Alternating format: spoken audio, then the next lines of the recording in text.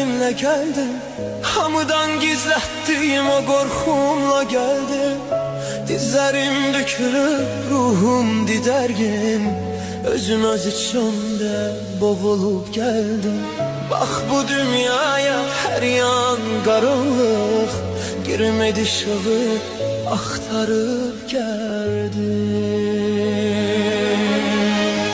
Kimi dört divarın damiri de siri, kimi hasta yatağda şefa dileyir. Kimi aç, kimi susuz, kimi kimsesiz, kimi yüreği yara dünyanı izleyir. Herenin bir derdi, herenin bir ahı, senden başka yoktu kimsenin pənahı.